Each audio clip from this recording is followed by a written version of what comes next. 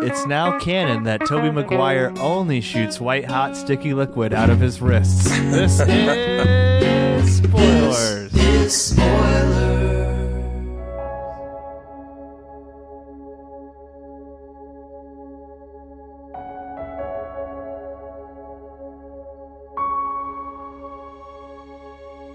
Ooh, there's a spoiler I've never heard before. Hey, we had speculated if and where the white-hot sticky liquid comes out into the Spider-Verse. What is this movie called? No Way Home? I'm thinking ahead to my list. Wait. No Way Home. Brave enough to answer that. Nobody knew that? I don't think we knew it at the time. I mean, Korey, you edited that episode. Let's just get into it right away. We're going to go top 3 Spider-Mans, but do you remember, was that a spoiler that you used on the Sam Raimi Spider-Man movies back in the day? Those were all PK episodes, and I'm pretty sure each spoiler had something to do with jizz. Yep. Yeah. And there was a lot of going on. I remember Stan Lee had said that, I believe he did an interview and said that he wished he would have thought of that. Yeah. Like having it actually come out of his wrists. I mean, it seems very coming of age, right? He's learning to deal with girls, get a job, his changing body. Coming spelled with Cumming or? Man, this episode was about to get you guys a lot of plays, and then everybody just turned it off. Sorry, yeah. Well, listen, everyone loves when Spoilers does Spider-Man because we get PK. But sorry, Korey, what we're doing tonight, like I said, top 3 Spoderman movies or pieces of audio-visual media, so television, movies, YouTube videos. We'll even count the Spoderman meme in there. But what are your 3 favorite Spider-Man things? 3 favorite Spider-Man things with a visual medium. This is kind of like a weirdly worded question. Not comics. Because, you want to... I just want to, exclude the comics. Yeah, you want to That's exclude the comics, at, but you also want to exclude, I think, Captain America Civil War, Infinity War, that kind of stuff, because we're going Spider-Man specific, Spider-Man oriented. This is Korey, Kylo Ren memes, recording out of Simi Valley, California. Just off the top of my head, I didn't really have time to prepare this list. I just kind of jotted it down right at the top. Number 1 is probably Into the Spider-Verse. Very good movie, amazing animation. It did a lot that now Marvel is piggybacking on, I think, in terms of theatrically speaking. Of course, the multiverse has existed in comics, and it exists in the real world. Jake Johnson. But that movie did it first, so that's pretty cool. Spider-Man No Way Home is a movie that came out recently. I don't know if you guys have heard of it. It's Tom Holland, young up-and-comer. That movie is number 2 for me. Pretty good one. I'll tell you more about it later. Whoa. Number 3, Spider-Man the animated series from the 90s, probably, because it is a show that really informed me about why Spider-Man is good, and it got me interested in exploring Spider-Man in other ways. There are some really wonky things that happen in that, as there are for any older cartoon or movie you go back to. You're like, oh, that's kind of weird, or that voice acting doesn't quite work, or this animation doesn't quite work. But there's also a lot that does work. And it was, again, very informative. But before I end off here, quick thing. Runner-up is Spider-Man from the Electric Company. It was called Spidey. I don't know if you guys are familiar with the Electric Company. It's like an old show, kind of like a Sesame Street back from the 70s. Had Morgan Freeman in it when he was younger.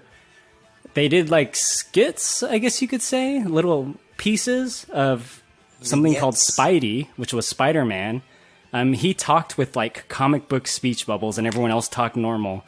It was really fucking bad and awful. Like he fought villains like a guy called the Spoiler, a guy that will like show up and spoil your. Oh wow, I just put that together.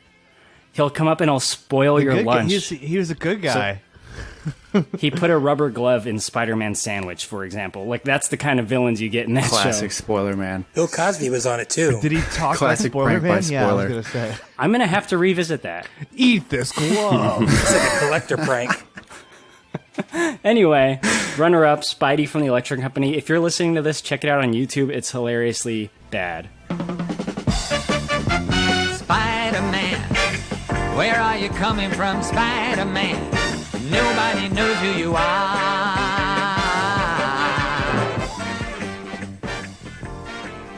Okay, true believers, here he is, your friendly neighborhood Spider-Man. Today's episode, Spidey meets the spoiler. And let's hope our favorite web-slinger hasn't also met his match.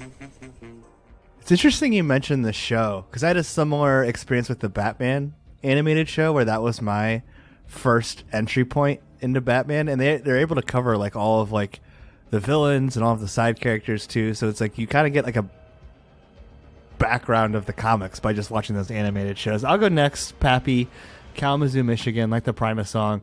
For some drama, I'll go 3-1. Number 3, Spider-Man Homecoming. I love that movie. I know a lot of people saw the Vulture Michael Caine twist coming. Or not Michael Caine, Michael Keaton twist coming. I did not see it coming. I love that movie. I love that incarnation of Spider-Man, and I think Zendaya is the best MJ. Number 2, Spider-Man 2. Classic. We did a podcast on that. Check it out. And number 1, Into the Spider-Verse. Best Spider-Man movie. Transcends animation in a lot of ways. This is the best animated movie in a long, long time. And it just happens to be Spider-Man. So I'll say that. And you can sit down and watch that movie with no context of Spider-Man or Miles Morales and still be into it, I think, which is pretty cool. Brett, why don't you go next? All right, I just made a last-minute change. I'm going to do something weird. I'm going to pick one from each of the 3 trilogies. There's 3 trilogies? So, 3 series, I guess. Now there's only 2 trilogies. Whatever. So coming in at number 3, I like this a lot more than most people. I'm going to go with The Amazing Spider-Man. I said it on the last pod that we did on Spider-Man 3. I think somebody asked, who's your, like, the best or favorite Spider-Man of the 3? And I said, the movies aren't as good, but, like, don't sleep on Andrew Garfield. It was really good. I think most people agree with me. Number 2, I will admit I think Spider-Man 2 is better than the first one, but I've always found Spider-Man less boring. I mean, like, I like it more action. I always thought 2 was really good, but it was like a little more boring. But it's really good. And number 1, it's not even close. Like a chasm the size of the Grand Canyon in between it, and that's this movie. I don't know if you've heard of it, Spider-Man No Way Home. That's number 1. Your favorite Spider-Man thing ever? Oh, not even close. It's not even close. I really, really like Into the Spider-Verse and Spider-Man 2. I mean, I like Spider-Man, which is funny as an arachnophobe. Right. But he should be your enemy, if anything. At what point watching this movie were you like, yeah, this is my favorite Spider-Man thing? Like, just spoil it. Just jump into it. Like, at what point were you like, okay, fuck yeah? I went from thinking this movie is really good to thinking this is like my favorite theater experience. Like, one of my favorite things I've ever seen is when Andrew Garfield comes through the wormhole. That's when it went from just a great MCU movie to my favorite MCU movie. My man. Even more so than Toby? Yeah, it didn't really, I'm not really talking about Andrew Garfield as much as that's when the story changed. Yeah, the moment itself. Yeah. Every time the 3 are on camera together, every time 2 of them are on camera together, I think it was just amazing. The Amazing Spider-Man, I thought it was amazing. I thought it was incredible. Don't worry, you're gonna have plenty of time. I hear to talk about it. I mean, I hear Pappy with this guy stinks, but. Hey, listen, we'll like I said, plenty of time to talk about it, but we don't want to skip over Mikey, keeper of the soundboard and the "Oh Brother, This Guy Stinks" soundbite. Mikey, I know you're a big fan of the Spider-Man TV show. You were pretty annoyed that I added that into the consideration 5 seconds before we hit record, but what's your top 3 Spoderman things? I'm not annoyed. It just opened up the door to so many more possibilities in the list, Pap. And you said audio visual, so I'm going to take leeway with that, and I'm going to say number 3, Spider-Man PS4. A great representation of Spider-Man. Super fun game.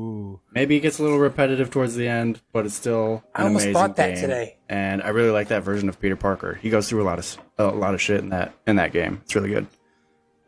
Second is the animated series. When people say like, what do you think of Spider-Man? I usually always think of that version of Peter Parker. Like that's like my go-to.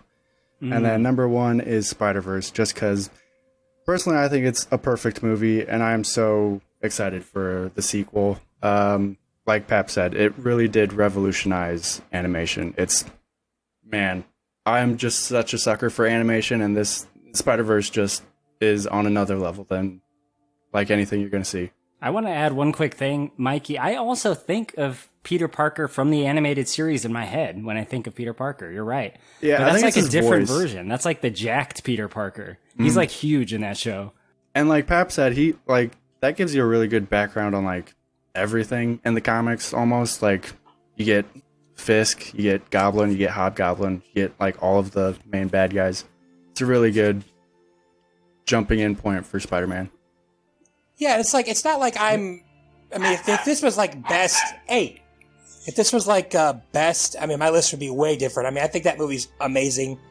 It's like the first movie that like blew me away on 4K. It just looked so cool. So, and I have Spider-Man 2 and all the classic ones up there. I just like other ones more. What's Sushi the dog's favorite Spider-Man? We heard from Sushi there. Yeah, sorry about Sushi. Spider-Man 3. She's spoiled rotten. Her favorite Spider-Man is probably the only one that she's been alive for, and that's the one that just came out.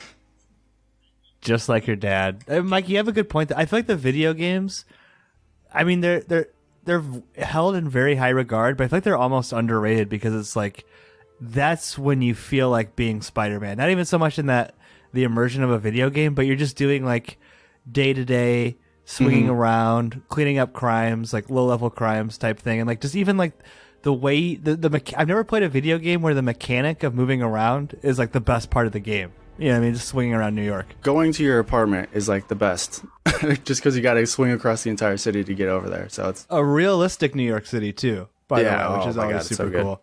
Yeah, but let's talk about a very special time now. Oh, what about PK? Oh, sorry, PK. Oh, of course. How could it be a Spider-Man podcast without PK? My bad, PK. I wanted to give you a little bit of extra time to shore up your list. Okay. You can give us a top 5 if you want. If you want to go deeper, you can give some honorable mentions. But PK, Superman hero correspondent, back on the podcast. What do you say about Spider-Man top 3? It's good to be back. Sorry, there's a car driving by. I'm actually recording from Goshen, Indiana, at a buddy's house. So, I don't know, man. I Spider-Man. I don't have a order, but Into the Spider-Verse, obviously top 3. I love the message that movie sends about anybody can wear the mask, and that's just goes along with the overall theme of the character of Spider-Man, which is why he's my favorite. I'm gonna switch it up here. I'm gonna go 2 specific sequences from Spider-Man movies that I think are really cool. One is the Mysterio sequence, the illusion sequence from Far From Home. I'm not gonna add this movie into the top 3 because I'll talk about this movie plenty after this, but I thought that illusion sequence was one of the coolest things I'd seen in a long time. I went to see that movie 3 times in the theaters just for that scene. And which one's that? The illusion scene from Far From Home when Mysterio's puts him in the snow globe and gets hit by the train at the end. I don't remember that, I guess. Wow, you're a terrible Spider-Man fan. I'm just kidding. Yeah. And then third, people are gonna be like, what the fuck? The opening swing scene from the Amazing Spider-Man 2 with Andrew Garfield, I think is so freaking cool because it's the best swinging CGI they have out of all the movies, even this one. I'll defend that all day. And just the shot, how it goes Put from you to the test. it goes from the logo to the logo kind of starting to ripple, and then it's just him free falling, and you see the ripples in the suit, and I think it just looks super realistic, and I think that scene is super cool until Paul Giamatti shows up as the Rhino. So what is he falling from? That's what I've always wondered about that. Did he get dropped out of a helicopter? He's above every building in the city. He does say in this movie his favorite view is the Empire State Building, so the top of the Empire State, so he's probably jumping from the top of that. He's in space. Yeah, I don't know, but out of left field, but good call on the video game, Mikey. That's a fantastic Peter Parker. Out of curiosity, you have not given anything a no, correct, PK? Still officially on the podcast? No, I don't think so. Would you give both Amazing Spider-Mans a yes? Hypothetically. We probably will do them someday. We? The first And you can one, change yeah, it. 100%. I'd give it a yes. We. Second one, Okay. I'd probably give it a soft yes, just because I'm a huge Spider-Man fan. And like I said, I think there are great things in that shitty movie. It is a shitty movie, but I like it enough, and I it's like a, I don't know. I enjoy it enough to give it a yes, and I think, and I've always been a huge fan of Andrew Garfield as Spider-Man. I think there's a lot of people who jump around the train now that like probably talk shit about him back in the day, just because they're not old just school. because the movies were shit doesn't And the mean. Gwen Stacy scene Oh my is god, really it gets good. me. I cry every time. And that's what made that scene later that we're going to talk about so much more effective. But yeah, like he's got a bad rap because his movies were shit, but he was never the problem. And I think people are finally realizing that, and I'm glad he's getting the redemption that he deserves. Damn you, Mark It Webb. wasn't his fault. I absolutely agree with that. It was Amy fucking Pascal. It was. Very famously, and this was like from the Sony leak, like back in the day. She's a Sony executive, by the way. Her name's She's all the over one that this movie. forbade. She really wanted like an MCU universe thing going on at Sony, so they crammed a bunch of shit in that Amazing Spider-Man 2 movie. And Not learning from Spider-Man 3's mistakes. yeah, Too many Too many villains. villains, too much going on. Yeah, I think they we did should it even review worse with those, this 'cause one, that would be though. fun. You know, in terms of trying to set up other movies. Sometimes you just need a movie to be good on its own. And that's the interesting thing about Spider-Man No Way Home is that it does have a lot of cleanup to do in terms of where it fits into the franchise. Kyle, let's go back to you. There's some Doctor Strange in here. We're bridging the gap between the previous Spider-Man movie and now. We're a little bit more on our own timeline, but there's still echoes of things that have happened in the MCU. Can you take us through where we stand today and Peter Parker, what he's got to deal with at the very beginning of this movie? Yeah, this movie is a direct sequel to Spider-Man Far From Home. Is that the right name? Yes. In a way that most MCU movies aren't direct sequels, meaning they don't follow the immediate events, like the moment after the last movie, in most cases. So it's kind of interesting to see that happen in a movie. But where we left off is that Jake Gyllenhaal, our guy, he revealed Peter Parker's identity to the world. So at the very start of this movie, Peter is dealing with this crisis where some people perceive him as a villain because Mysterio said he's a villain. Mysterio was perceived as a hero himself. And some people know that Spider-Man is Spider-Man. He's good. He's done a lot of good. He's an Avenger. He's helped out the city on more than one occasion. But basically, he is revealed to the world. And he has to deal with this crisis of harassment and trying to figure out what to do next with his life, because he is also trying to balance his own life with his superhero life, as is the dilemma of Peter Parker in many iterations. PK, were you sad to see that Marissa Tomei and Happy's relationship had ended? He seemed a little bit clingy. I feel like he probably was annoying her. Yeah, I mean, you get a little tease of that at the end of Far From Home. You kind of, like, he asks him if they're dating, and he says yeah, she says no. It's just kind of like awkward tension, and so I think, I don't know, I wasn't upset. No, I think they could both do better or be better off, like with other people. Couldn't Happy do better? Happy could not do better. maybe You not. cannot do better. I know what you mean. But I think it's set up for a like more emotional like storyline for Happy, especially, you know, with the way it plays out. So I guess so. Like when Spider-Man's in the house and there's all that kind of like chaos going on around it. Do you feel like the resolution of that was a little bit rushed, maybe? Because, like I said, we have all of the events from the previous movie. Spider-Man's in legal trouble, and then Daredevil shows up as just basically yada yada. Oh wait, you're fine. Court of public opinion doesn't like you. We're not really going to follow up on that too much in this movie, but just so you know, it did feel a little rushed. But I think the fact that they knew how it was going to end and they were going to like basically make everybody forget, they just kind of would hope the audience would forget about it too, maybe. I don't know. But I don't want to jump over the fact that Daredevil showed up, because that was fucking cool as shit. I got some audible claps for that. Yeah. Yeah. That was very cool. Yeah, I was actually talking to Mikey before the pod, and I was going to ask you guys. I talked a little bit to Korey off. Like, what was like the biggest pop from the crowd in your theater? I think it was Garfield, but Brittany thinks that the Matt Murdock popping in was really, really loud too. So, Well, I think Mikey said Garfield. I think Korey probably said Garfield as well. I think it was Garfield for mine too, but I think it was also more of a shock value for the Charlie Cox thing. I mean, everybody, there was no way Andrew Garfield and Tobey Maguire weren't going to be in this movie, so it was kind of just a matter of time. Like, all right, when's it going to happen? How's it going to happen?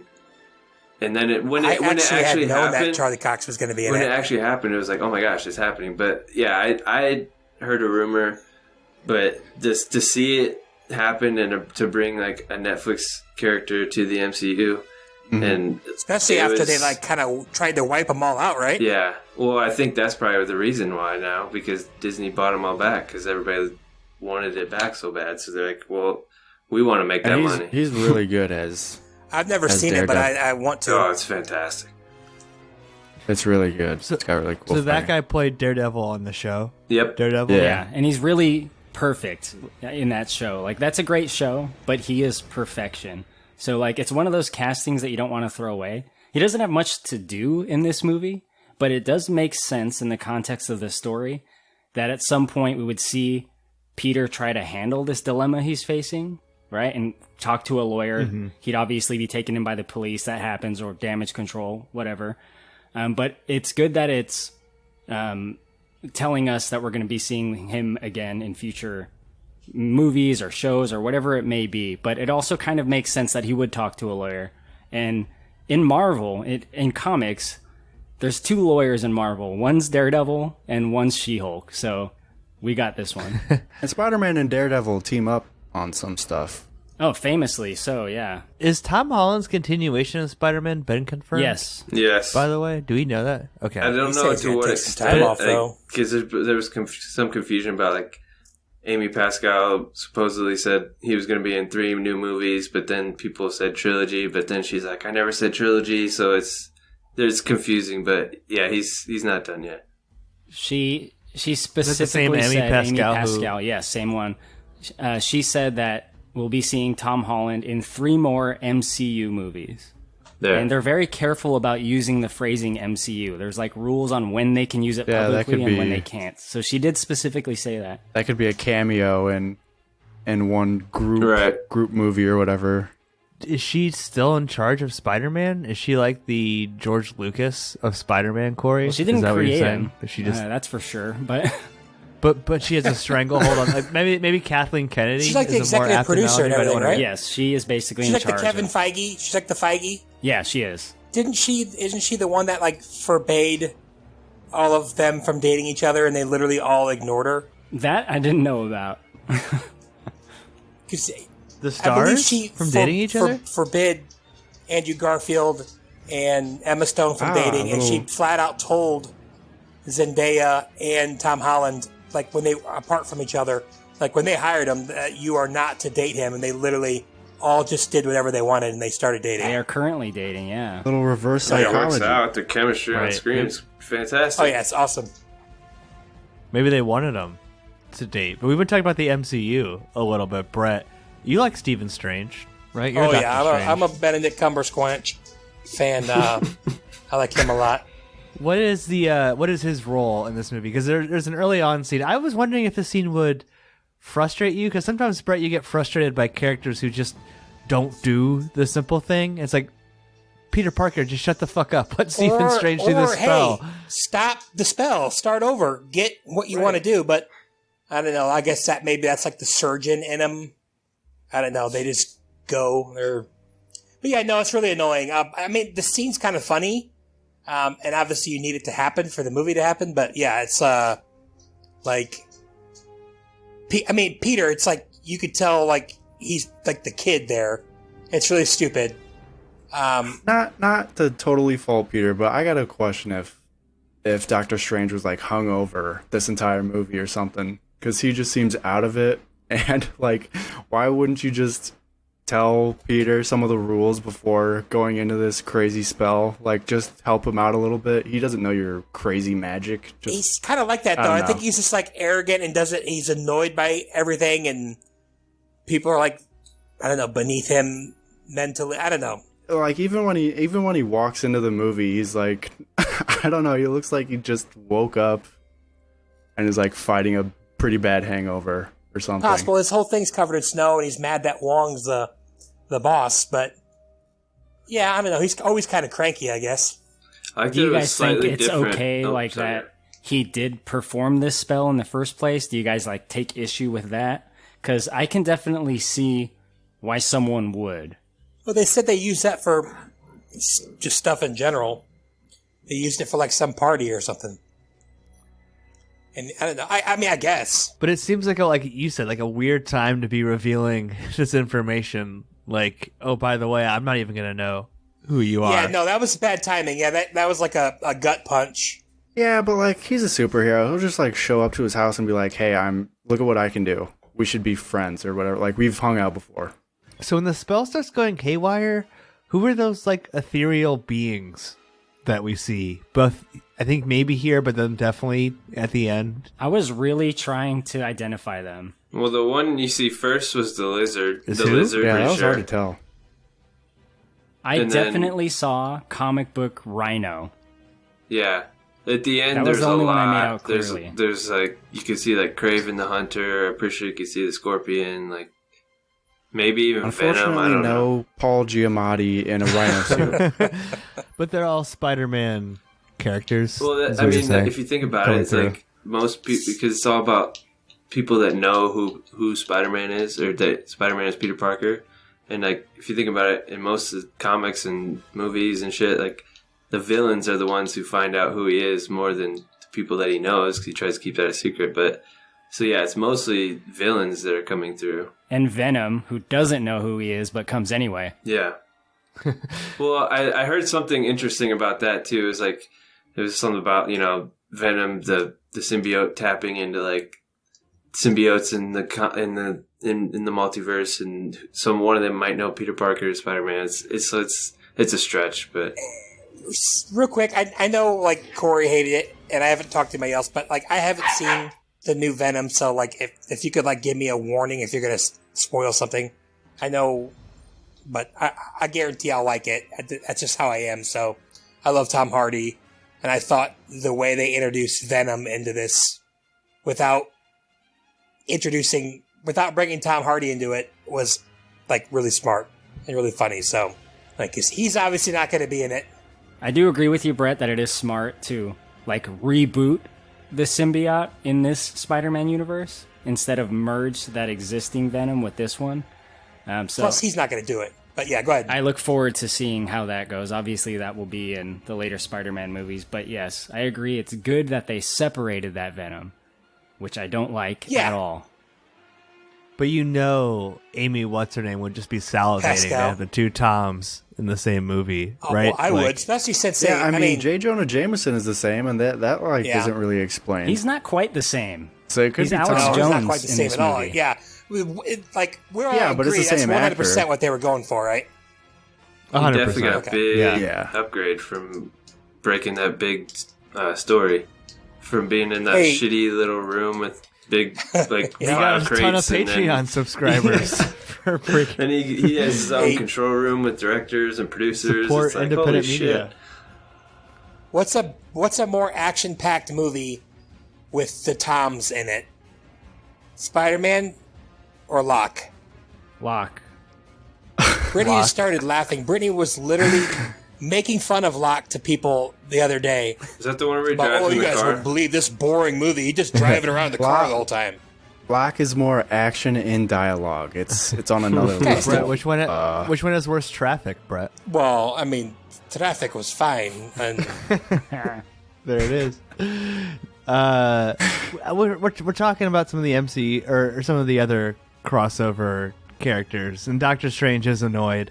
that Peter Parker didn't try to plead his case. But while he's doing this, Mikey, we get our first crossover from the Sam Raimi Spider-Man Cinematic Universe. Otto Octavius shows up. Were you excited? What did you think about this fight with Norman Osborn? It's great. It's always good to see Alfred Molina put on the octopus arms. But I liked it, and it was cool to see him like interacting with Pete's suit or tech or whatever, and just like kind of nanotechnology, ultimately understanding it, and then and then Pete reversing it on Doc Ock to control his arms. So yeah, it was really cool. I liked it. Yeah, it's cool to see him like realize that this Peter is not his Peter. I heard a story, like an interview, I think with Tom Holland. I think maybe on Hot Ones. Did you guys watch the Hot Ones? No. Not yet. Well, he tells a story about Alfred Molina, like when he did Spider-Man 2, like the arms on him were all like prosthetic, like foam and everything, and like he was super shocked when he came back to do this one and realized that he didn't have to do any of that crap because special effects have gotten so much better. Like it was so much easier for him. CG arms. Yeah. He was like, there's guys yanking pulleys and stuff, waving these literal arms around and What stuff. do you guys think it made a difference? Like, do you think it looked better or worse? I mean, obviously, it's way. Oh, I think it looked better. I mean, way like different in like time. Like, but I don't know. I think they should have possibly used more practical. I'm not saying it looked bad at all. It looked great, but I think they could get away with that mix of practical and CGI because there were a couple times. I mean, like, Doc Ock is like barely in the movie for me. He's not doing too much. Yeah, there was like a couple shots on the bridge scene when I saw it the second time today where it's just like when he's like kind of like a wide shot. I was like, it doesn't look great. But there's like once or twice too where he's just kind of like humping or thrusting his body forward. You know what I mean? Then it cuts to a wide shot of like the arm going out. Like sometimes it didn't look as fluid. Yeah, but go back and watch Spider-Man 2 again. No, yeah. Every time he is moving around, he's very obviously fake. So yeah, I'm not saying. I mean, it's just I don't know. It's a trade-off. It's like Jurassic World, dude. Like I love those movies, but I still think like they look obviously better today than they do back then. But they still look more real back. Like when I watched the first one, for some reason, like it's just Jurassic weird. Park holds up like crazy in my opinion, like really, really well. Agreed. Yeah, Korey, what about the decision to make Doc Ock a pseudo ally of the Tom Holland Spider-Man? Because I mean, like, I guess there's two things here. One, you know, we're not killing these villains; we're trying to cure them. But does that character make the most sense, or do we even need a sort of team-up guy? Do you think? I definitely saw that coming. I don't know if we need it, but I was pretty sure that he would not just be like a mainstay villain of the movie, that he would definitely help Peter, just because we kind of saw his redemption in Spider-Man 2. And to undo that would be bad. I very much agree. So plus he was a good guy. I mean, so they brought us back to that, and it was great to see him. And I think that whatever de-aging effects they're using in this movie, there has to be some. I was going to say if any, but no, they have to be present because these men are old. I mean, he was in Raiders of the Lost Ark, for crying out loud. Boogie Nights. Whatever de-aging they're using, they've really nailed it. I mean, I think it just looks amazing. So crazy how good it looks. Yeah, Willem Dafoe as well, who we see shortly. But yes, I was glad to see Doc Ock, and just as a note, like he really kicks the shit out of this version of Spider-Man. He kind of did in the second movie too, but yeah, like right away, like his arms were like, it was not close at all. He can't fuck with them really. Like Spider-Man has the Stark tech, which kind of saves his ass. And if he didn't, then he would have probably been pummeled into oblivion. Why doesn't he use the automatic kill? Yeah, right. He should, but it's Spider-Man. He can't kill anybody. But I'm glad you said that, Korey, about like them just not throwing away his redemption arc from Spider-Man 2. Because that like I don't know, they needed him because, like you said too, Brett, he was a good guy before he became Doc Ock. It's just his mind gets corrupted by the chip. And I really like that scene when him and Norman Osborn are doing science together. It's so cool. But then the scene where they actually fix it and he snaps back and it's him and he's just like, "Thank you, my boy." And it's like, man, it's so cool. Doesn't Alfred Molina have like the same scene as Robin Williams from Dead Poets Society, where he's like, poetry gets women really horny or something like that. In the second one, yeah. That's how his wife fell in love with him, was poetry. Right. Day by day, he gazed upon her. Willem Dafoe, though, we brought him up.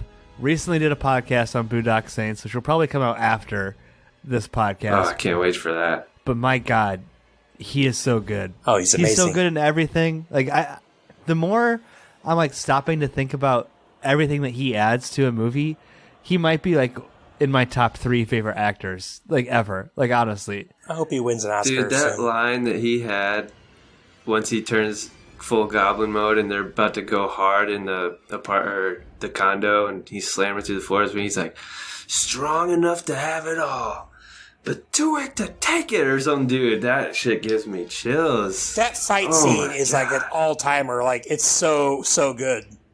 They're fighting in the hallways. very intentional choice too to smash the mask early so we can get all of Dafoe. Dude, you in needed his that. glory. Plus the old school comic He had the hood effect, right? Oh, With the it's hood. great. Yeah. Dude, yeah, fuck that mask. I'm glad they got rid of it. Stupid piece of shit.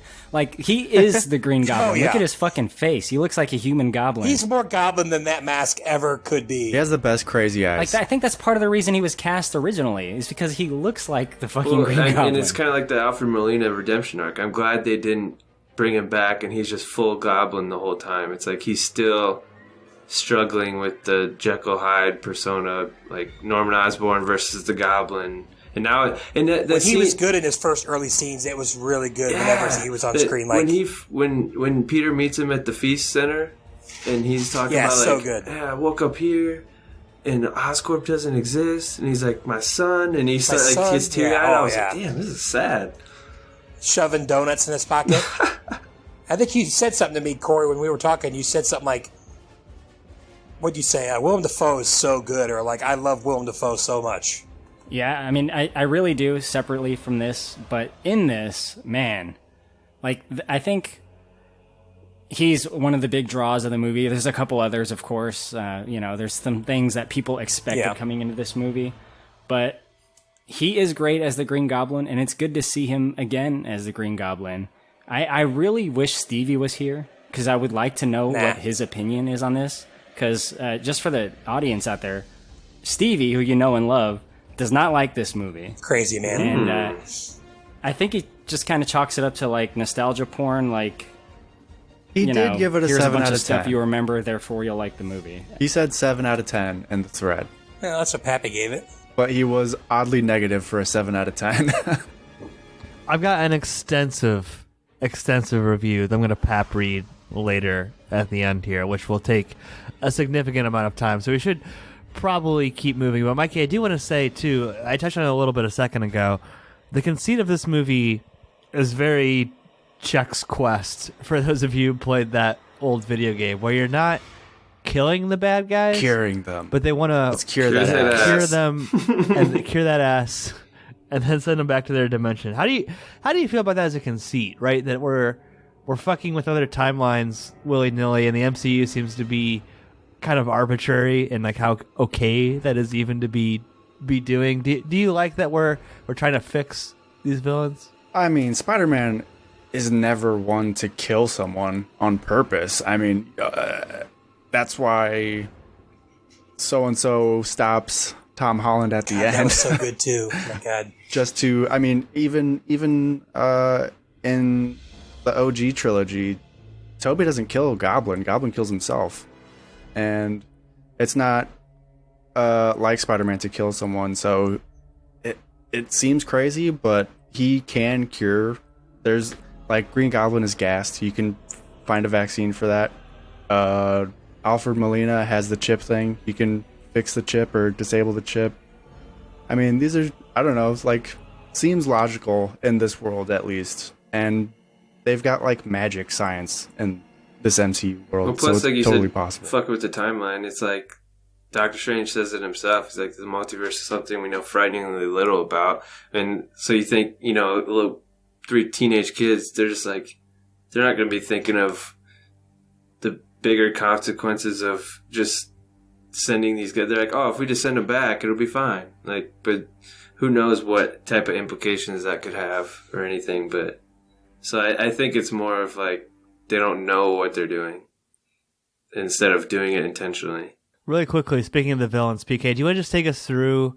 We've talked a lot about Alfred Molina and William Dafoe extensively, but do you want to take us through the other three villains who also come back? I'll talk over, kind of brush over Sandman and Lizard because they didn't get much time. We get Flint Marko back. They really don't get much time, do they? They're basically not We there. get Flint Marko back from Spider-Man 3 and Kurt Connors back from The Amazing Spider-Man.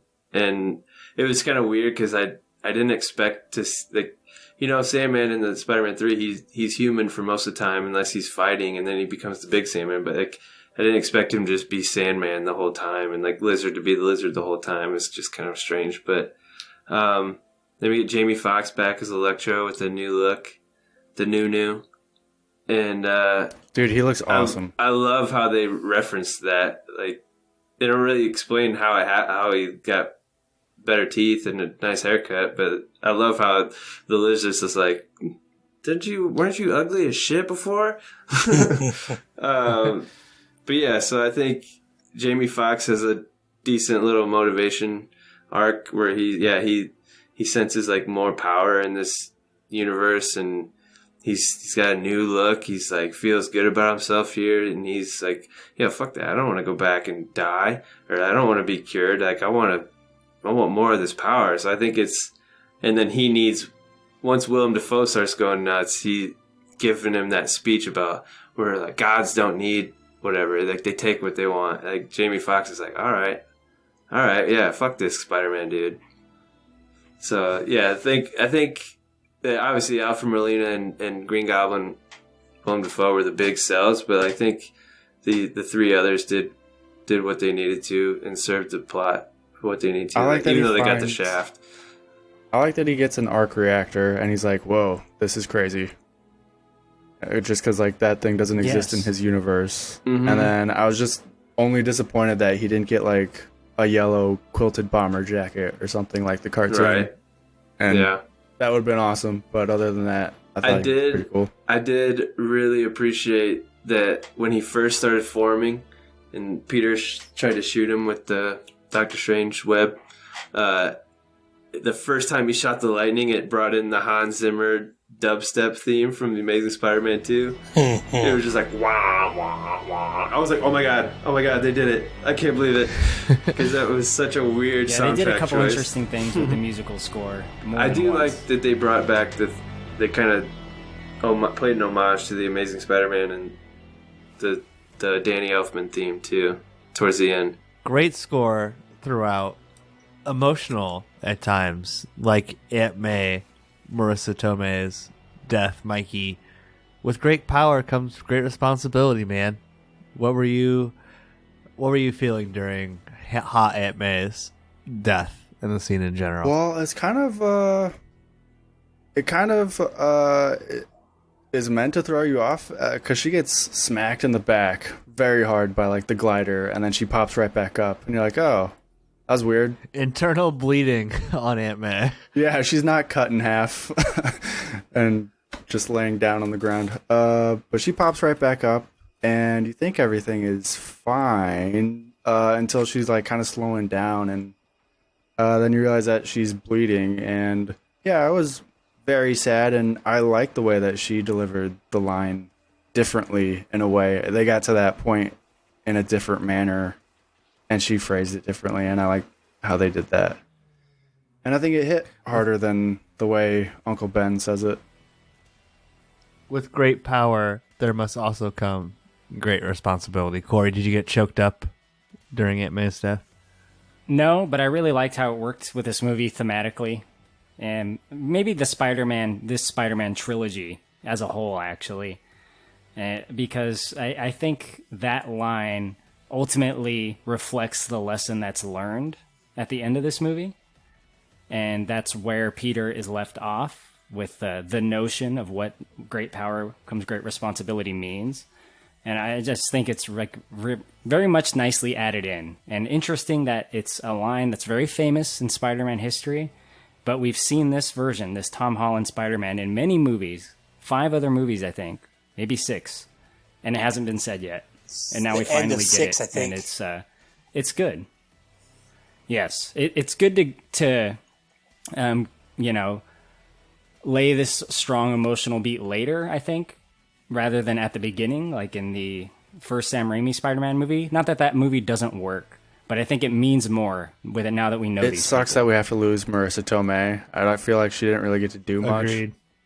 in this Yeah. whole MCU run for her, but I mean, Spider-Man has to have that line because that, like, I don't want to spoil the ending, but like we reboot This is Spider-Man, spoilers. this MCU Spider-Man. Mm-hmm.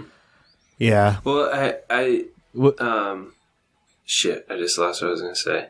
Which I don't even know if the MCU is going to revisit the Spider-Man. Is he out of the MCU now? Who knows? 3 more No. MCU I movies. got it. I mean, not Well, no. So this is what I was gonna say. Like, I've heard a couple people say this, and it's. I was thinking about it earlier, and yeah, it's like this whole trilogy is basically Tom Holland's origin story. Since we never really got the whole Uncle Ben and him getting bit by a spider, it's like the first movie was pretty lighthearted. You get some emotional stuff with Vulture. Second one, he's dealing with the death of Iron Man, but it's not really like something that's like super Spider-Man emotional. I don't know how that doesn't make sense. But then it's like this is the movie that it's like he really feels the weight of his actions, and it's like he needed this death to become Spider-Man, and that's kind of what Tobey Maguire and Andrew Garfield bring up there. Like maybe she didn't die for no reason, and so I think if you look at this trilogy as his origin story, it kind of works out, and I think it's a cool way to kind of spread it out like that.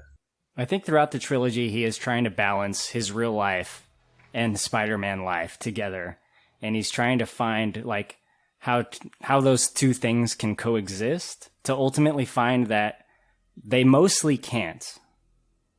And Spider-Man is what he is. Like that's his actual persona more so than Peter Parker, and that is where he leaves off. But you did mention Aunt May dying, Pappy.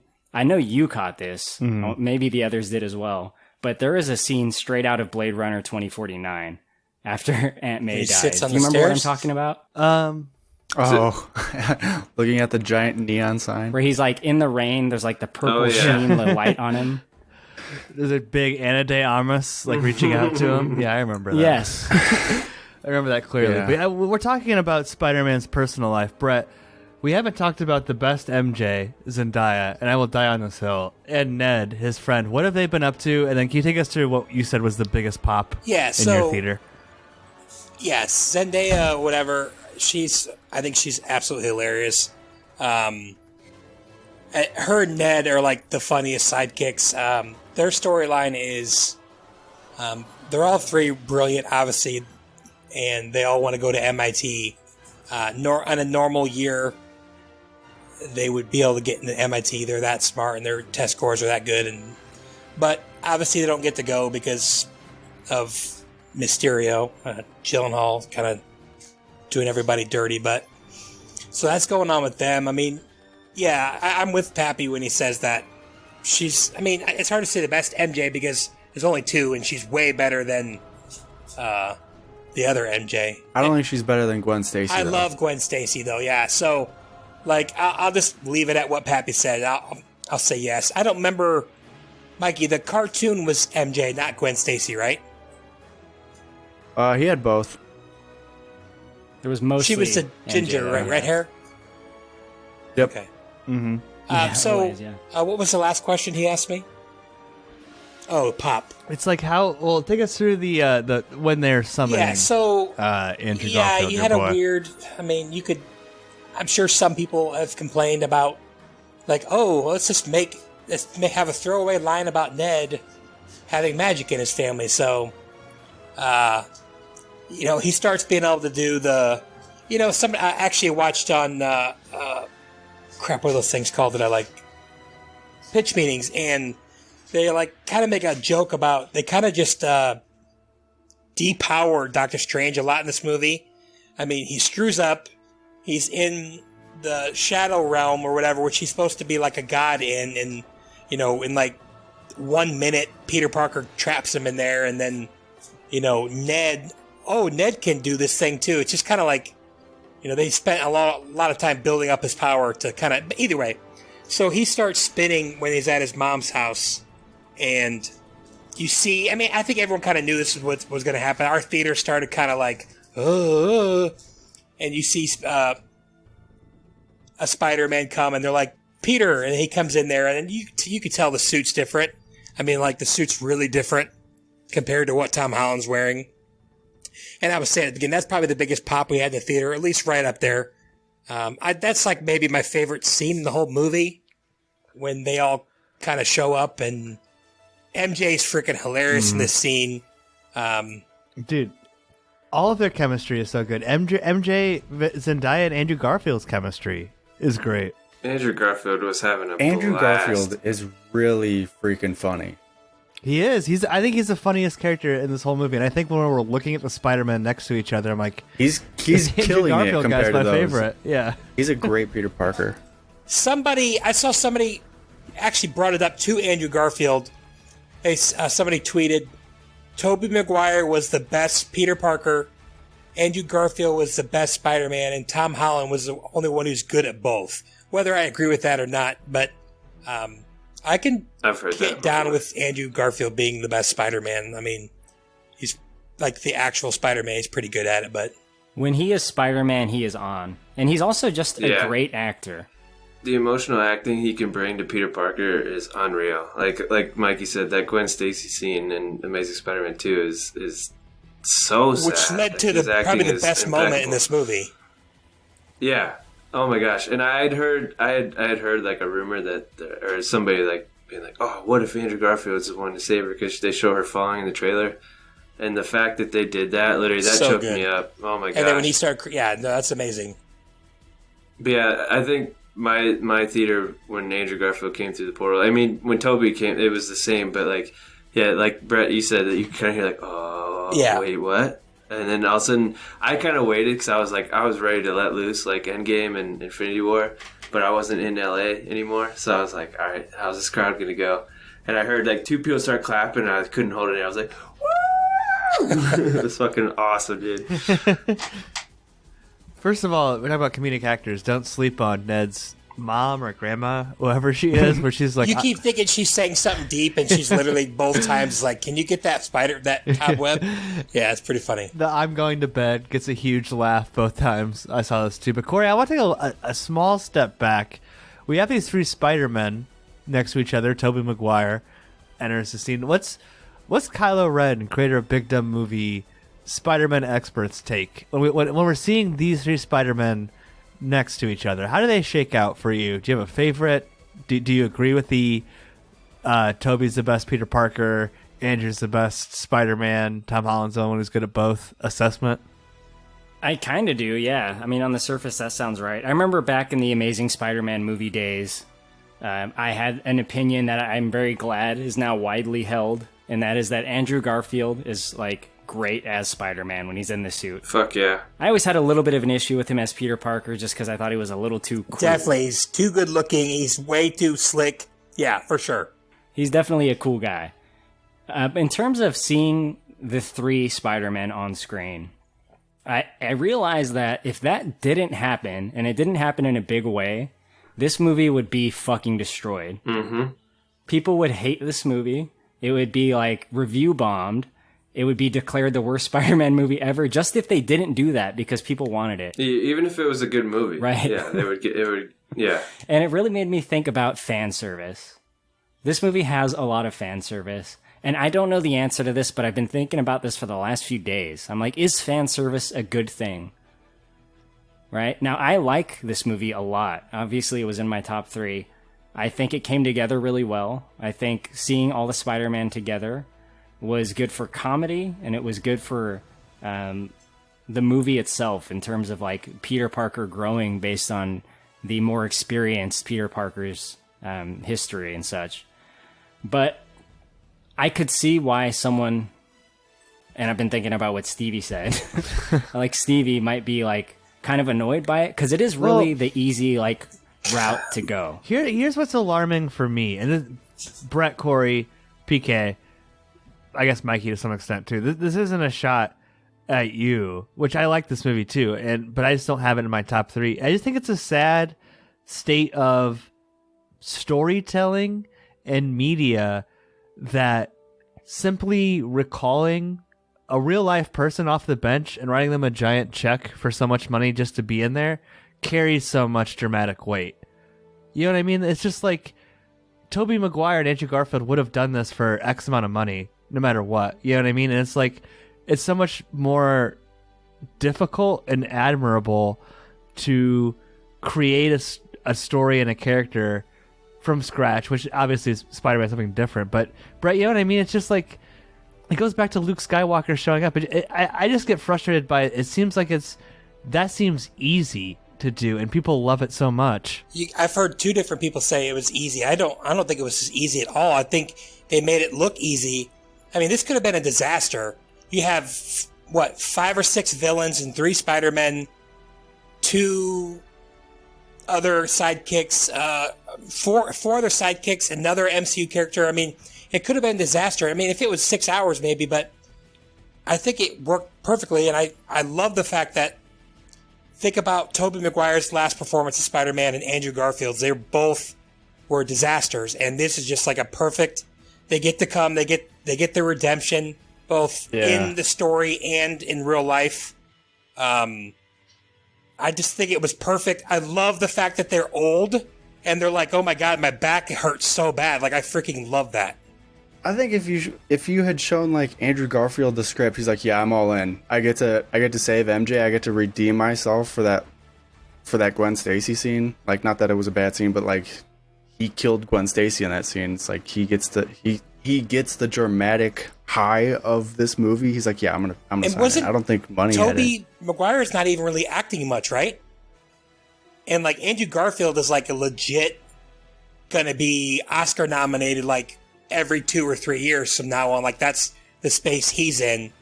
So I think them coming back and doing this is cool. And I think the thing about the fan service is like, Spider-Man is just, there's literally a Spider-Man meme of different Spider-Man pointing at each other. Like, it's just, Spider-Man is on a different plane than like if there was a Doctor Strange multiverse movie or something. Like, well, that's the thing. It's like, it's like the Spider-Verse is a thing. So it's like, it's not totally just fan service to bring in these two. It's like, obviously it is fan service because they're the only 2 live action Spider-Man. They didn't bring in like a Spider-Man that has 8 arms like in the comics, or like, admit it, Pappy, you wanted the pig. Yeah, you wanted the pig. I agree. I do. Like, I totally see what you're saying, Pappy, and like, I'm a Spider-Man fan, so I love it all, but I totally can see why people would be like, it's a little too much. And that's, I mean, not to say switch gears, but like, I saw a review about the new Matrix, and I heard that relies way too much on nostalgia, which was like, I just heard it's done in a completely different way. Which is devastating. Yeah. Well, like, not that South Park is arbitrators of culture or whatever, but the Member Berries thing was like 6 years ago. Like 6 years ago, they were making fun of this trend in Hollywood, and we're still replaying it. And Korey, I feel like you're coming a little bit in my direction, but like, the moment Darth Vader first appears on screen in a film, 1977 or whatever, Star Wars, people weren't like clapping or jizzing their pants or like whooping and hollering.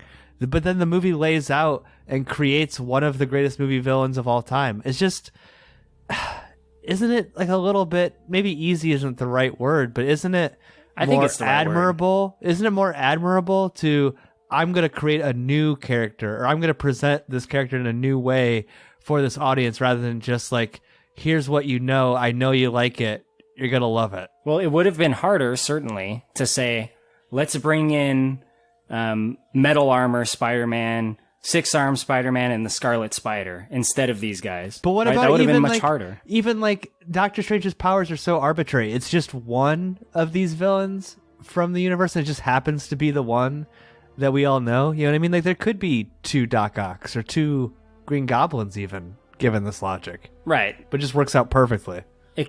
Of course, it was decided that this would sell more tickets, right? And I think when I say easy, I mean that like between us spoiler men, we could have probably written this movie for the most part, at least the general outline of what happens. Like, we want to sell the most tickets to this next Spider-Man movie. All 3 Spider-Man join up and they fight the old villains, right? And then you get into the specifics. But that's generally what this movie is, right? There's other things that are happening on a broader scale of Peter Parker, but that's the big takeaway of this movie. And let's talk about that moment where they fight those villains. Mikey, Statue of Liberty gets an upgrade here in this last scene with the Captain America shield. Reckless endangerment of one of our nation's great monuments, Spider-Man. I don't know why you would choose to fight on the Statue of Liberty. Especially when they're like working on it. Taxpayers paid for that big copper shield, Spider-Man. Well, it's completely destroyed now. J. Jonah Jameson is pissed at the disrespect for the Liberty. But Mikey, did you... I think, like, as much as I just bashed the nostalgia, getting to see Spider-Man 1, 2, and 3 here, even more so in the lab when they're developing the things, like when they're actually working together. Oh, that was fantastic. It's good. I mean, I almost good. want to say that the lab scene is my favorite scene in the whole movie, even more than the action scenes. Awesome. Just because there's so much great dialogue going on between all the Spider-Men. It's really funny. Best Ned laugh when he finds out that he might be a supervillain, potentially, which is actually, I think we should take this a little bit more seriously. Yeah.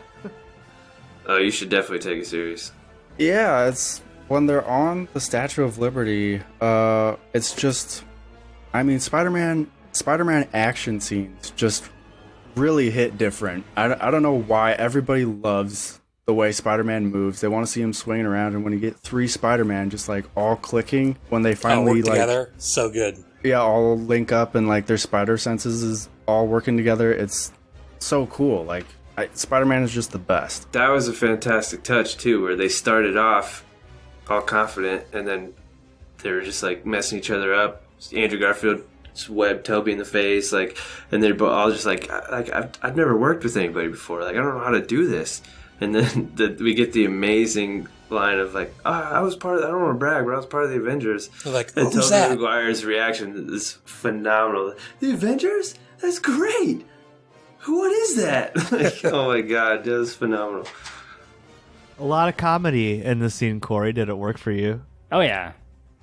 Marvel movies somehow nail the comedy that I like in movies. You're hard to reach, Funny Bone. Yes. And I think it's just because I like the movie so much that I'm like already happy. And I was very happy when these 3 Spider-Men were, doing the science together, chatting before the big fight. Like, thank God that wasn't cut. That could have been so easily cut out of this 2.5-hour movie. They also chatted during the fight. They took a good amount of time to stop and talk during the fight. Also, it's nice to remind the crowd that they're all really, really, really smart people. I always got the idea, though, that Andrew Garfield Spider-Man was, like, the smartest. Like, he seems to be, like, the one that is actually into the science aspect on a bigger level than the other 2. Yeah, I guess, but, I mean, you gotta remember, Tom Holland's Spider-Man was doing that stuff at, like, 15 or 16. Also makes his own jizz web. Well, yeah. Not reliant on his body. I mean, despite how old Andrew Garfield looked, he was still in high school in that first movie. Yeah, I know, I'm just saying, but he was probably an upperclassman. Yeah. They just never really dive into this Tom Holland Peter Parker as, like, this super intelligent guy that he is known to be. We saw, like, the very end of Tobey Maguire's high school, and then he immediately went into taking pictures for, like, $300 a week. So, I'm with you. We got to see, especially Gwen Stacy was really smart, so when they were together on screen, they were, like, showing how smart they were, so... Yeah, I'm with you. I think that's why I'm so hopeful for this next Spider-Man movie, is because, like, hopefully it's just Spider-Man in his apartment doing stuff, making Spider-Man gadgets. Like, I want to see that, making him no more Iron Man spider suit.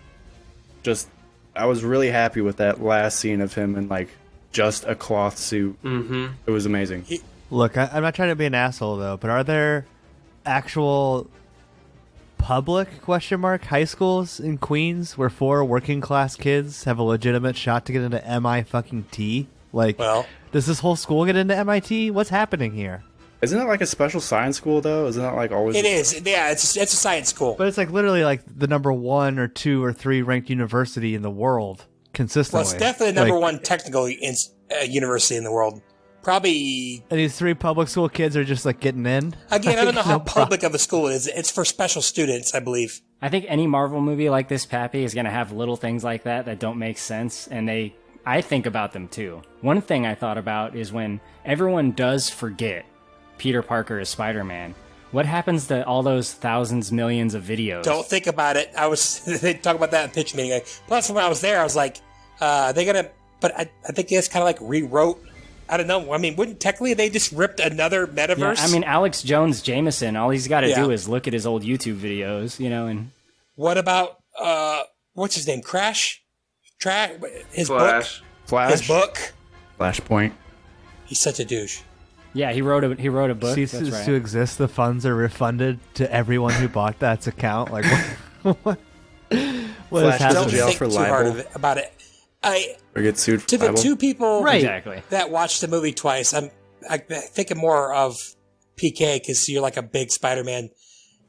And I thought it was really cool, but I could be wrong. When Tobey Maguire and Andrew Garfield freak each other out and they attack each other, don't they literally both do the same move? I thought that was kind of a cool touch. Like, that's both their reaction to what to do. Yeah, I think so. They like shoot and do like a little flip to the side. Yeah. And they both kind of like give each other like a, huh. Yeah. But I mean, I do want to touch on the final fight scene here on the Statue of Liberty's shield. The sun's now coming up.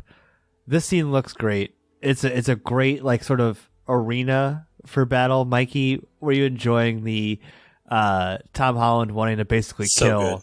William Dafoe here?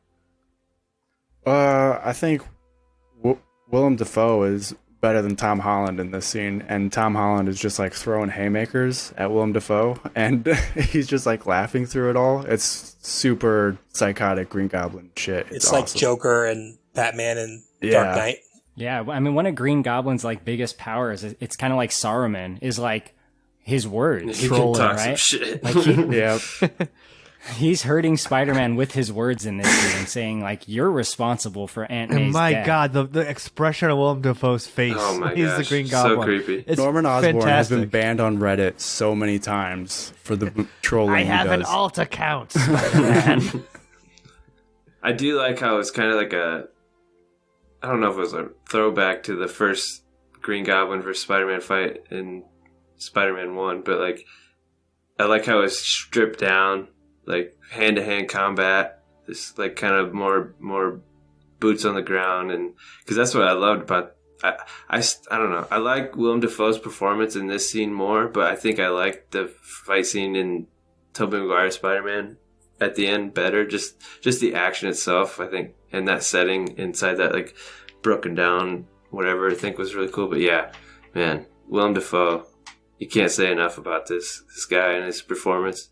I think both Spider-Man have a similar methodology of beating him, which is when they start like getting enraged and fighting. When both Spider-Men get the upper hand in the fight, they take out his legs, they pin him, they web his feet to the ground, and then that's when they start doing well. I just thought that was like an interesting touch. Like they both like kind of started to come up in the fight a similar way, just using that. They also tactic. catch him monologuing too. That's a big downfall of his character. I do like how we touched on the whole Andrew Garfield saving MJ and getting that redemption. I do like how we got kind of like another side of that with Tobey Maguire saving Norman Osborn and jumping in front and grabbing the glider. I thought that was really cool, even though he stabbed him in the back anyways. What do you guys think? You think they were considering like, should we kill him or not? They probably shot like I two think different so. endings. I was kind of thinking about that. Why I thought he kill was him? going to die. I thought he was going to die, and then, yeah, for sure. No one's ever really gone. It just seemed like his guard is down, and if he's stabbed from that position, it would probably be like a mortal wound. I had a theory like way before going into it, like that something like this, like that would happen. He would die, and he would be the one to say, "With great power comes great responsibility" to Tom Holland. But I like the way it played out. Oh. Maybe they didn't want to mimic Spider-Verse that's too true. much. Yeah, that's true. Oh yeah. We started with our Spider-Man ranking, so we'll get into our yes or no, and I'll also attempt to read Stevie's thoughts. But any final thoughts before we get to that part of the podcast? Have you guys been watching Hawkeye? No. Yes. No. Just finished it today. There's definitely connections to Hawkeye in this. One of them is something called Rogers the Musical, which you see many banners for in this movie. It's a Avengers New York, attack from the first Avengers movie that was turned into a musical and went on Broadway. It's called Rogers the Musical. But you see those billboards in this movie, and then you get to actually see that play in Hawkeye. But another connection that I noticed, and I was very proud of myself for noticing this. So the same day that an episode of Hawkeye dropped, this movie came out.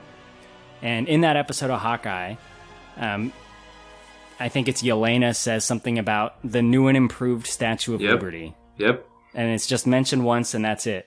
And then later that night, I go see this movie. I honestly thought that in real life, that the Statue of Liberty was refurbished or something. But we get to see in this movie what that means, and I thought that was just a very nice touch. Considering they came out the same day, and that line was said earlier, I mean, it's just what do great. they do? They give Lady Liberty a gun or something? What is it? She gets a Magnum.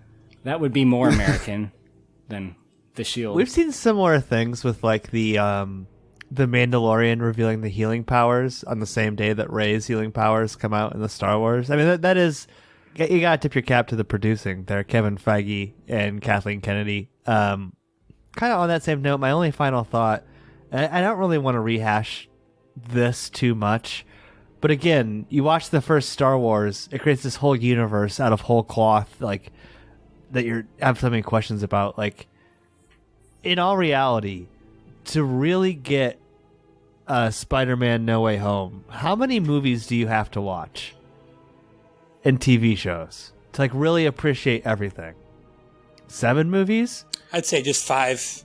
You don't think you need any Avengers movies? No, not for this. Yeah, I don't think unless you want to know who Doctor Strange is, I guess. This question can be asked of any Marvel movie. But it's getting getting exponentially worse, right? Like it's not the like further it goes along, it's gonna get worse. If you haven't kept up by now, like But that's I what don't I'm think saying. you're really interested in Spider-Verse.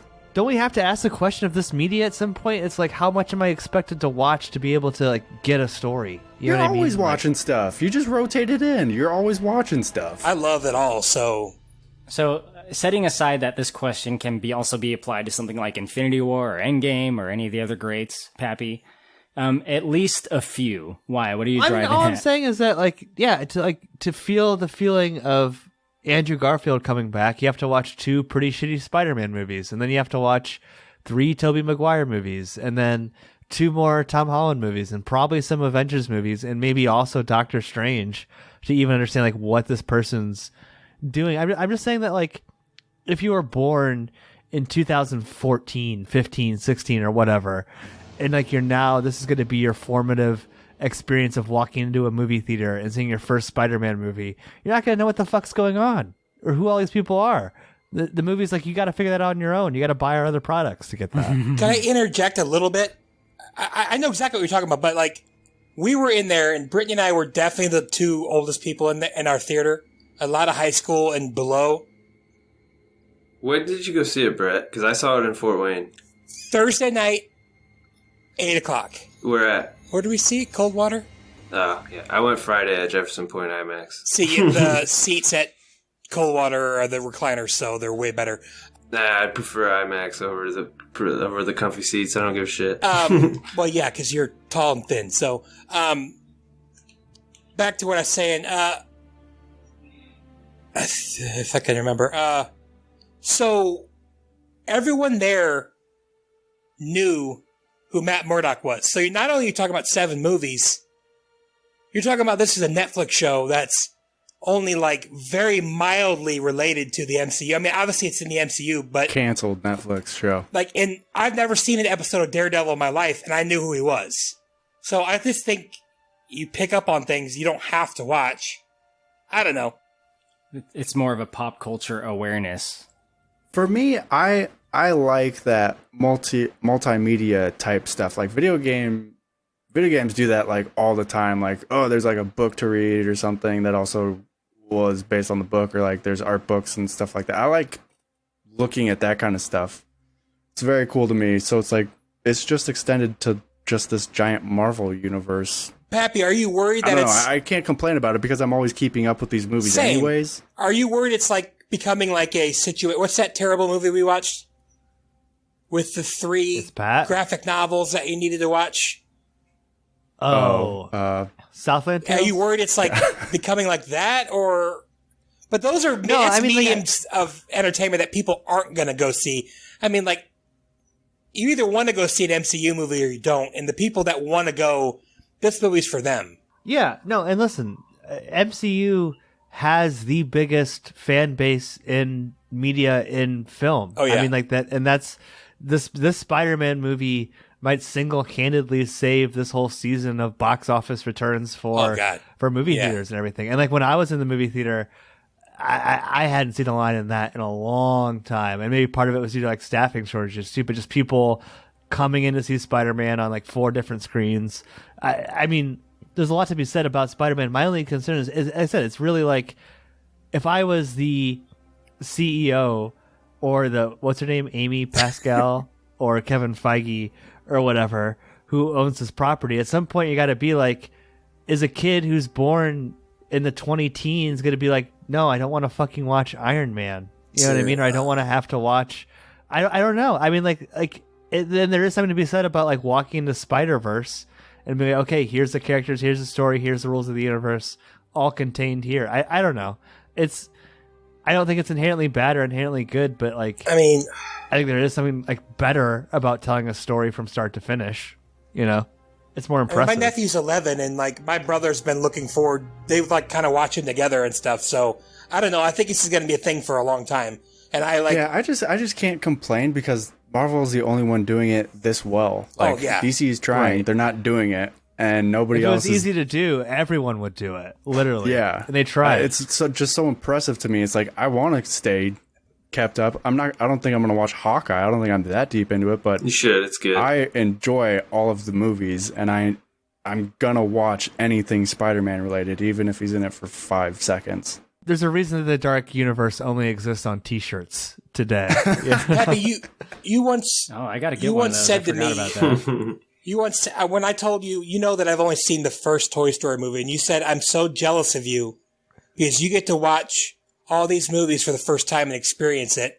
Like, that's kind of how I'm going to be with a kid who gets to watch the 48 MCU 4K? movies in 8K. Like, I'm going to be like so freaking jealous that they get to go through that. Especially when they're going to be watching and be like, ugh, phase 1 kind of sucks. Then like phase 2, like, oh my God, this is amazing. And phase 3 and phase 4, which is probably 1 billion times better than we thought it was going to be. And we've talked about that before. Like, they're absolutely killing it with their TV shows, and Shang-Chi and Spider-Man have both been awesome. Like, I think everyone kind of thought it was going to die after phase 3. The Eternals. I haven't seen that yet, but I know some people liked it, some people didn't, but Skip it. no, I'm not going to skip it, but I know what you mean, sucks. but I'm not going to skip it because I want to watch them all, but I'm just saying it is like Star Wars of like our generation, like the way it was from 77 or whatever to 83. So I don't know. I mean, I know exactly what you're saying, but Well, I don't want anyone to feel bad if, like, you know, literally those 2 moments of the Spider-Man coming through the portal made the movie for them. But I just think it's like, at this point, these are conversations that a platform like this should be having, right? It's like, okay, this has kind of become a pattern in media that's been called out by other forms of media for over half a decade now. Like, what's going to happen when we run out of things to reference? And maybe we never will. Maybe we'll just reference the references. would it have been okay if they were 2 Spider-Men that we haven't met before? I think it would have been more interesting if you had at least one other Spider-Man who we hadn't met before. Yeah, I was disappointed there was no Miles. I would have gone nuts for Miles. I would have rather them like introduce Miles, like Peter meets him outside of like something and not have him show up as Spider-Man. Just to introduce Well, that's Miles' uncle. They had a nice little cap nod, a little nod to Miles Morales when Jamie Foxx said, I hope there's a black Spider-Man somewhere. Yeah. I mean, that was really cool.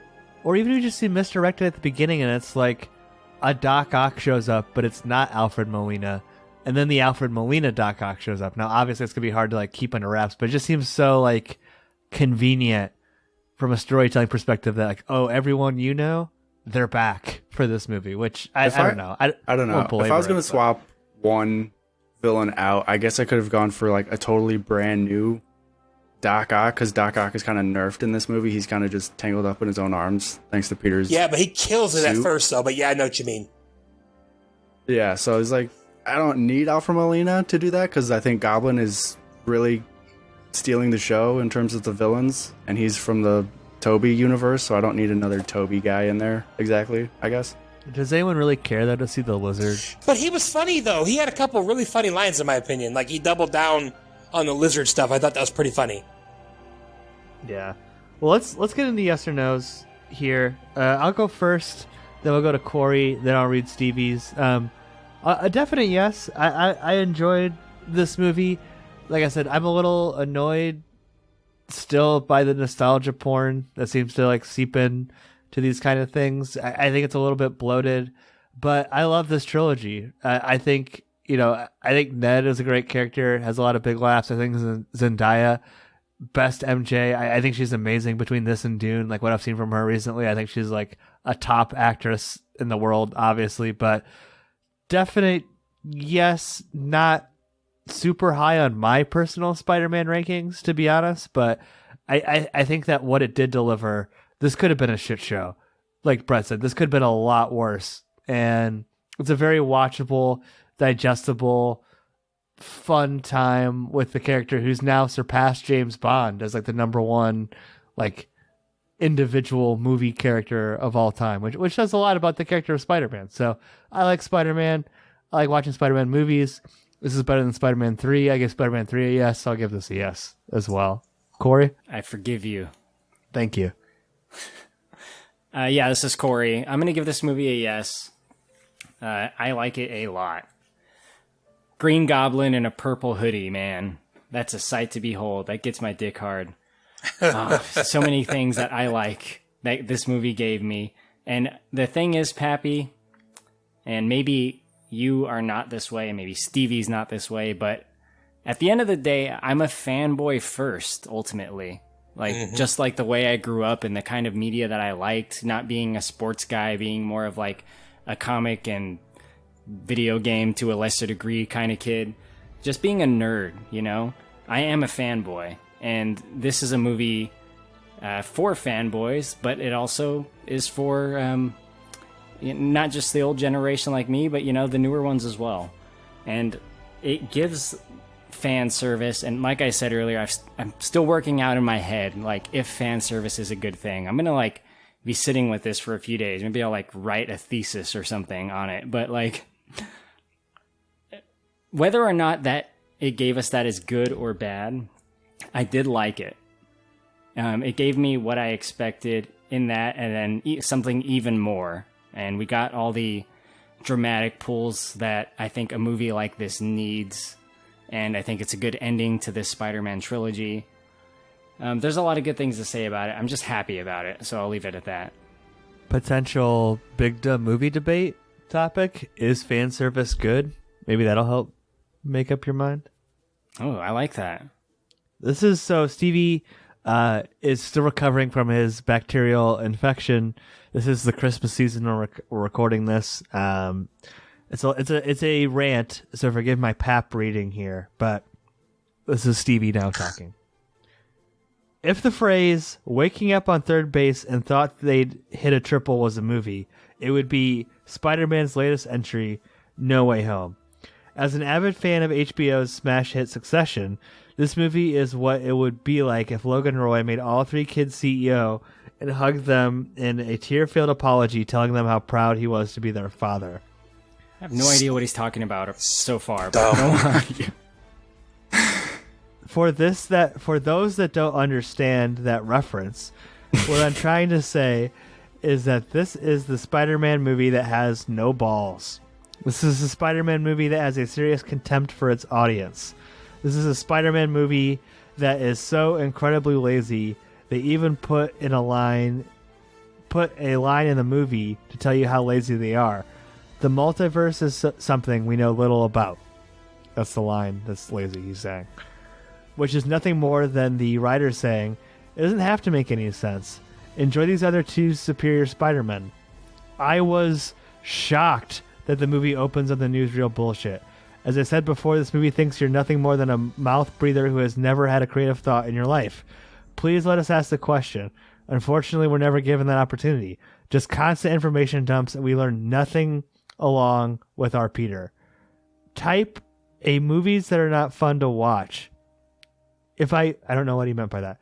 If I can guess that my initial response is going to happen each time, we have problems. Good movies will say, it's not A, but B. Great movies will say, it's not A, it's not B, but C. And here's why. Stevie says, everyone in the audience knew the hot Aunt May would die. Everyone knew Willem Dafoe and Jamie Foxx would be problems. Everyone knew neither MJ nor Ned would have a hair on their head touched. Ballless, incredibly type A. I remember when Spider-Man was holding his dying uncle in the streets.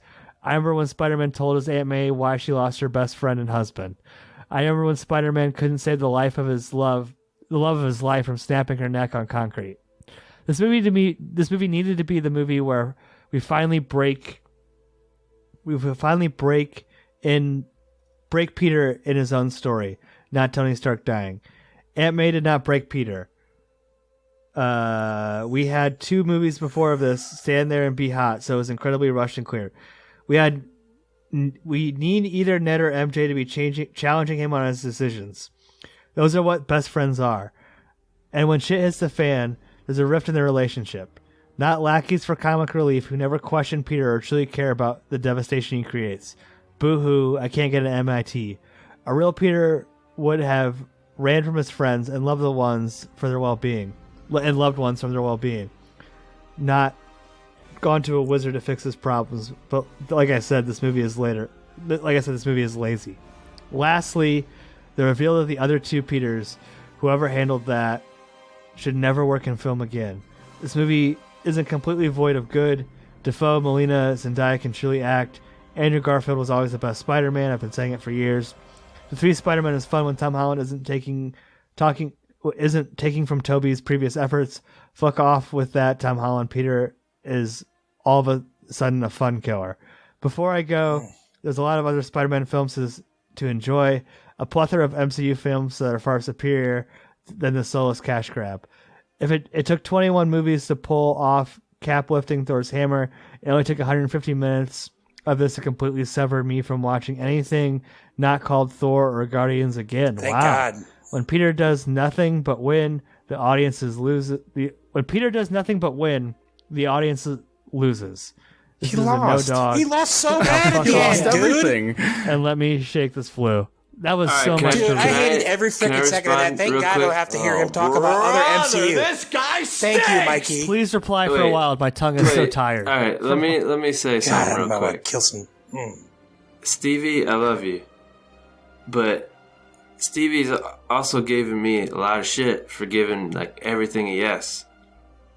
I want to know how his rating scale works. If he gave that movie a 7 out of 10, but talked that much shit, I don't see how this works.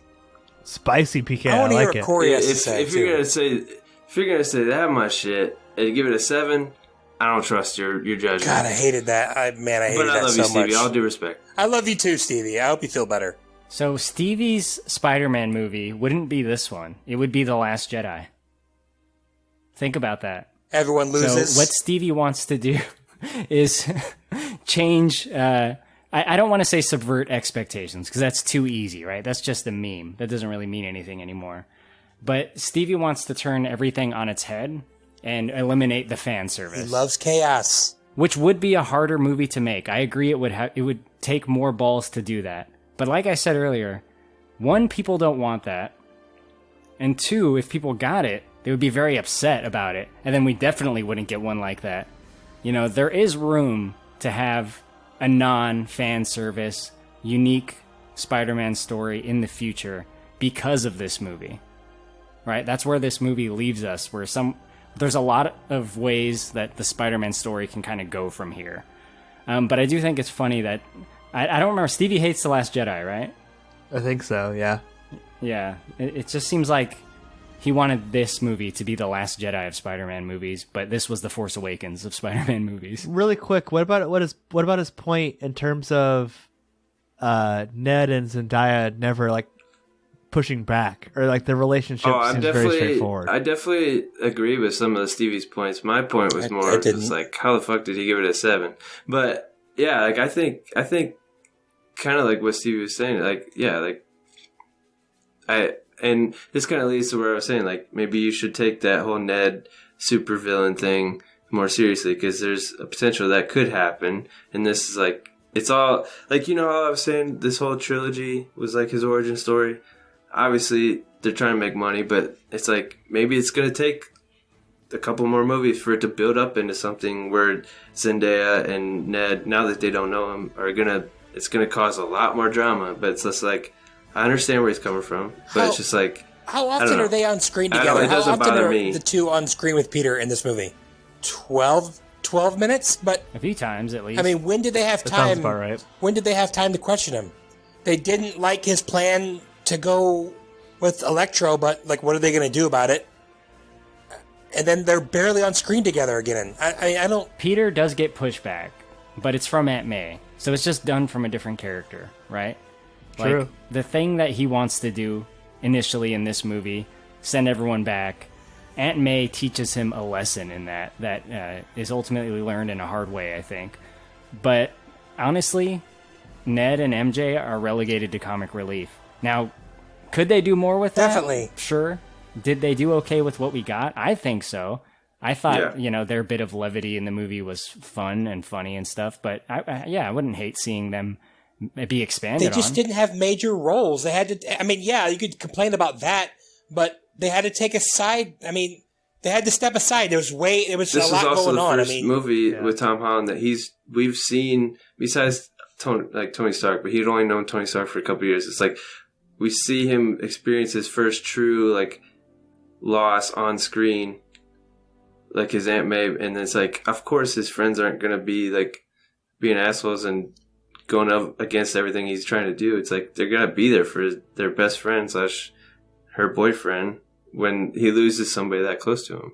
This MCU Spider-Man, he was shoved into Civil War already as an established Spider Boy or something, so we didn't get the whole OG or origin story of this Spider-Man or whatever for a while, and it's like, it's nice that he goes through all of that. This whole trilogy was that origin story, and then it's rebooted at the end so now he can have his own unique, it's like a whole fresh new Spider-Man almost. It's just, we get the same characters, everything. Like, we get all of the stuff that we like from this MCU Spider-Man, except now he's a real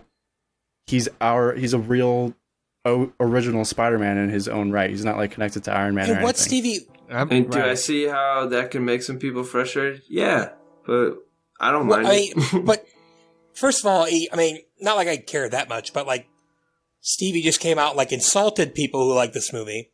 I mean, mouth breathers and pretty much saying you're an idiot. Second of all, acting like Peter didn't lose anything. I mean, you could say he loses everything. You could say he lost more than any Marvel character in any movie we've seen so far. I mean, right up there. He loses his whole life. Except Thor, maybe.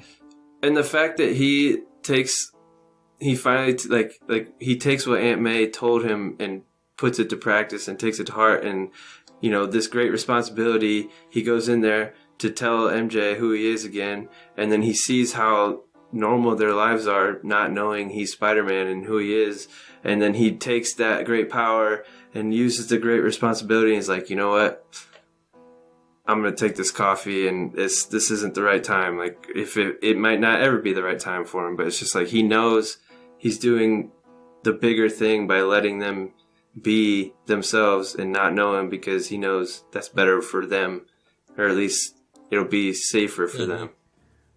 True points all. I'm excited where we leave the Spider-Man too. I prefer a little bit older Spider-Man when he's like trying to have his first job and make money and pay rent. I'm a little bit more interested in the character at that point in his life than in high school. That apartment at the end looked very similar to Tobey Maguire's apartment. Dude, I really wanted the Russian guy to come in and ask him for And the rent. skinny girl I think to see if that she would wants have made It was cookies it or was something? like right out of the PS4 game where he gets evicted from his apartment.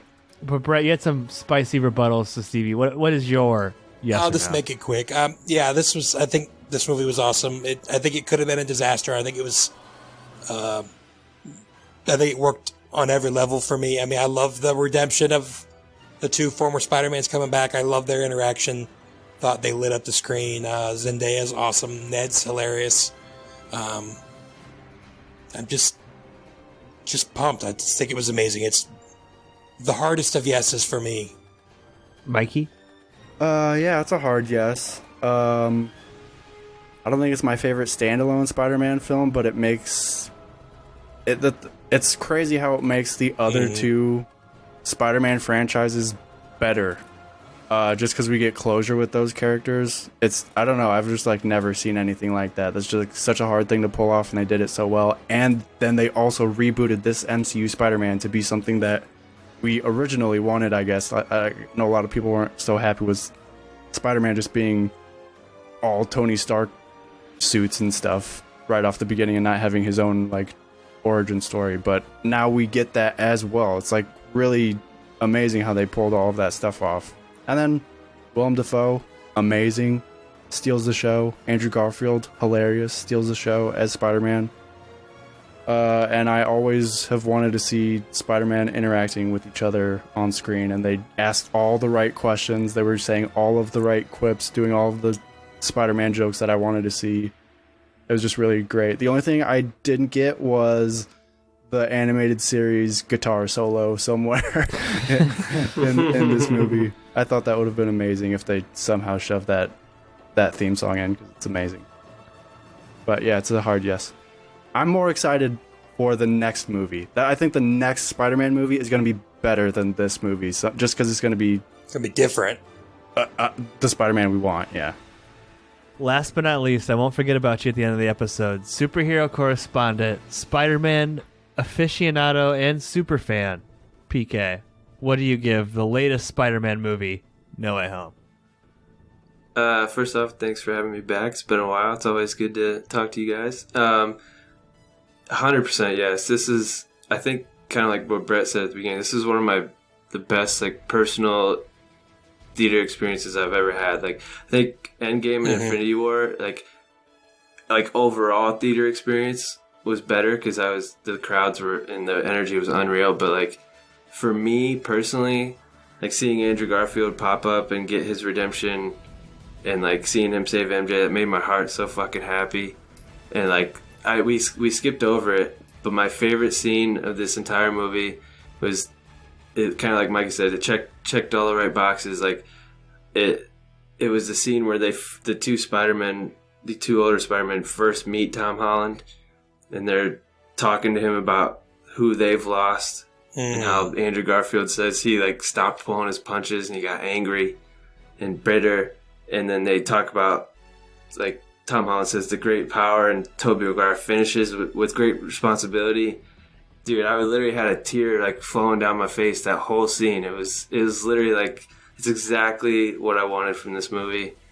It was a lot of nostalgia, but I think they pulled it off so well. I was worried about them bringing him in and it being too packed, like past, Spider-Man 3 and Amazing Spider-Man 2, but Marvel keeps shoving shit down our throats and making it work.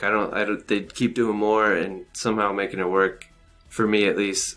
I'm sorry you didn't enjoy it, Stevie. I'm not coming at you. I just don't understand your rating and your review. But 100% yes for me. I'll be thinking about this for a long time. I'm going to go see it probably 2 more times. And thanks for having me. You should see what he gives a 6 out of 10. Yeah. Pappy, can I do one more final thought? Okay, Yes. So I was thinking about it when PK was going there. Like, we're talking about nostalgia and stuff like that, and how I don't want to keep harping back on this. This is unrelated to kind of what you're saying, but about how it's easy. I think we have enough evidence to show that putting nostalgia in a movie is not that easy. I think outside of what Korey said, what was 7? Star Wars 7?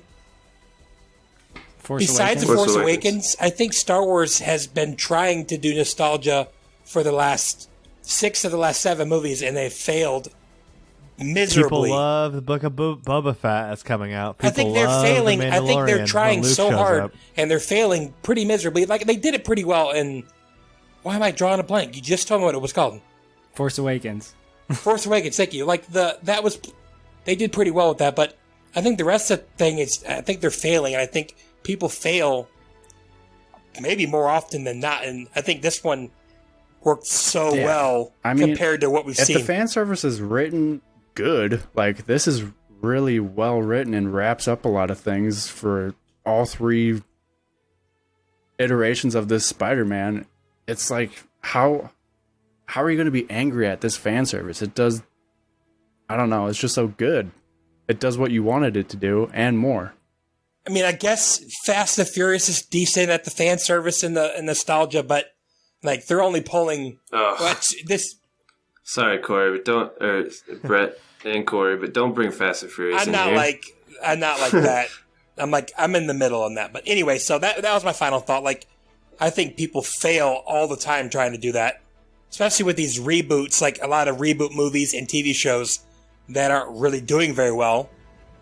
They come back and they're like, "Oh, wait, we're 25 years late."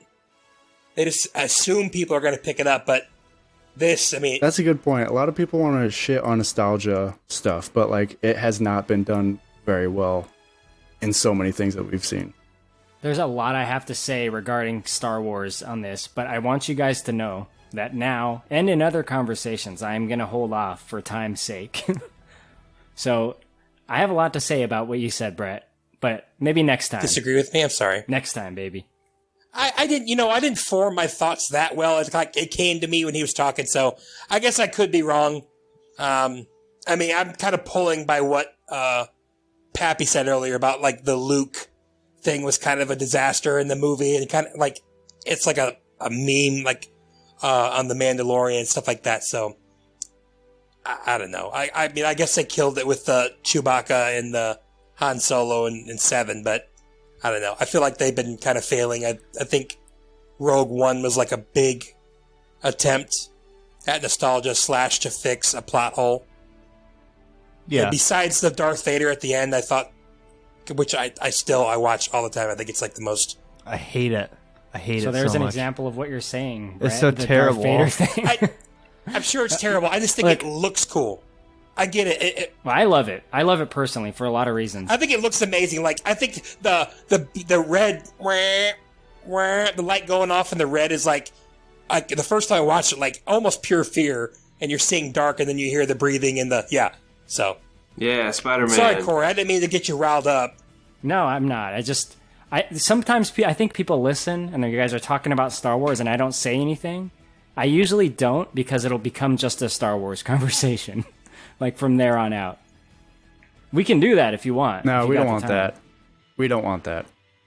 Do I like it versus is it good, right? So Well, yeah, I do like you love a that lot of the stuff. fan service stuff in Star Wars. Yeah. But a lot of the fans also like the fan service stuff in Star Wars.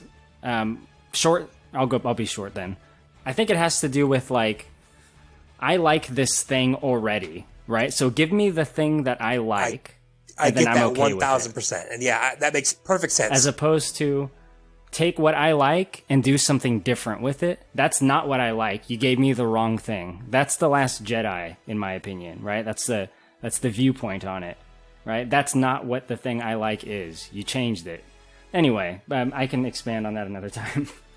Yeah, and I think, just to put a bow on this, I think John Watts, we've reviewed his Spider-Man trilogy. We've done all three with PK, Superhero Respondent PK. We've been doing this podcast for that long. My first episode hosting was Far From Home.